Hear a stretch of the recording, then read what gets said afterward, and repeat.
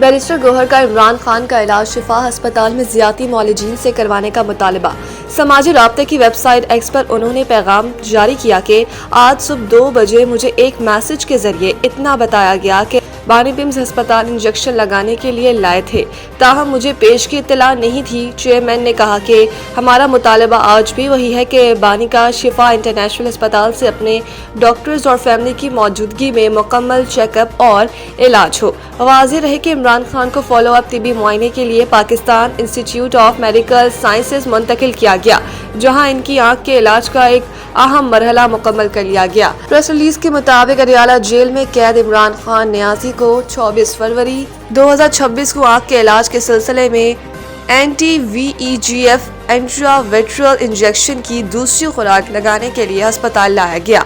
طبی عمل سے قبل ماہرین کے بورڈ نے ان کا تفصیلی معائنہ کیا، جس میں کنسلٹنٹ کارڈیولوجسٹ کی جانب سے ایکو کارڈیوگرافی اور ECG کی گئی، جن کے نتائج نارمل آئے، جبکہ کنسلٹنٹ فزیشین نے بھی انہیں طبی طور پر مستحکم قرار دیا۔ ڈاکٹرز نے باقاعدہ رضامندی حاصل کرنے کے بعد آپریشن تھیٹر میں مقررہ حفاظتی پروٹوکول اور مانیٹرنگ کے تحت کنسلٹنٹ آپتھلمولوجسٹ کی نگرانی میں مائکروسکوپی گائیڈنس کے ساتھ anti-VEGF انجیکشن کی دوسری خوراک دی، جسے کامیاب قرار دیا گیا۔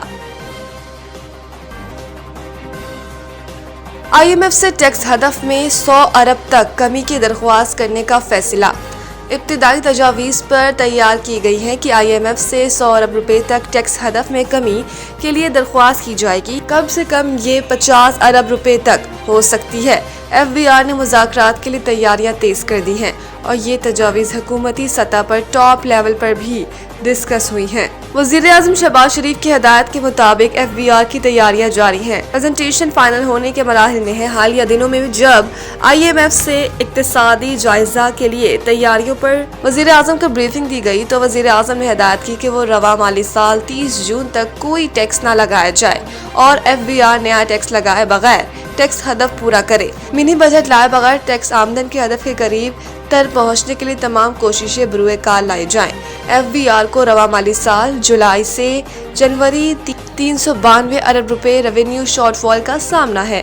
IMF کے ساتھ مہنگائی اور معاشی ترقی کی شرح کے حساب سے ٹیکس کلیکشن پر خصوصی سیشن ہوگا۔ رواں مالی سال سپر ٹیکس سے 217 ارب روپے کی وصولی کا امکان ہے۔ گزشتہ مالی سال 2024-2025 کے پہلے 7 ماہ کے دوران 6,699 ارب روپے ٹیکس کلیکشن ریکارڈ ہوئی۔ ذرائع کے مطابق IMF کے ماننے یا نہ ماننے پر فیصلہ منحصر ہے۔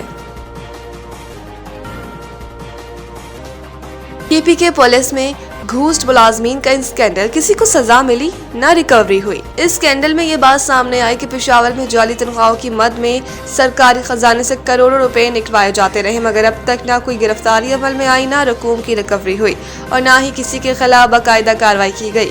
تحقیقات میں انکشاف ہوا تھا کہ صرف پشاور پولیس میں کم از کم 30 غیر موجود اہلکاروں کے نام پر تنخواہیں جاری کی جا رہی تھیں۔ پولیس کے ترجمان نے بتایا کہ انکوائری پر کارروائی جاری ہے، تحقیقات جاری ہے اور ذمہ داروں کو سزا دی جائے گی اور خرد برد رقم بھی واپس لے کر قومی خزانے میں جمع کرائی جائے گی۔ انہوں نے کہا کہ تحقیقات میں وقت لگتا ہے، تاہم کیس میں کارروائی جاری ہے۔ اسکینڈل میں مبینہ طور پر اس نیٹ ورک نے برطرف ملازمین کے سروس کوڈ دوبارہ استعمال کیا۔ مسلسل عدم کارروائی نے شفافیت اور اندرونی نگرانی پر سنگین سوالات اٹھا دیے اور یہ معاملہ نہ صرف پولیس محکمے بلکہ صوبائی سرکاری ملازمین پورے نظام حکمرانی پر سوالیہ نشان بن چکا ہے۔ ڈیل نہیں ہوئی تو یہ ایران کے لیے بہت برا دن ہوگا، ٹرمپ کا انتباہ۔ امریکی صدر ٹرمپ نے chairman joint chief of staff general Dan Caine کے ایران پر امریکی حملے کے مخالف ہونے سے متعلق خبروں کی تردید کر لی۔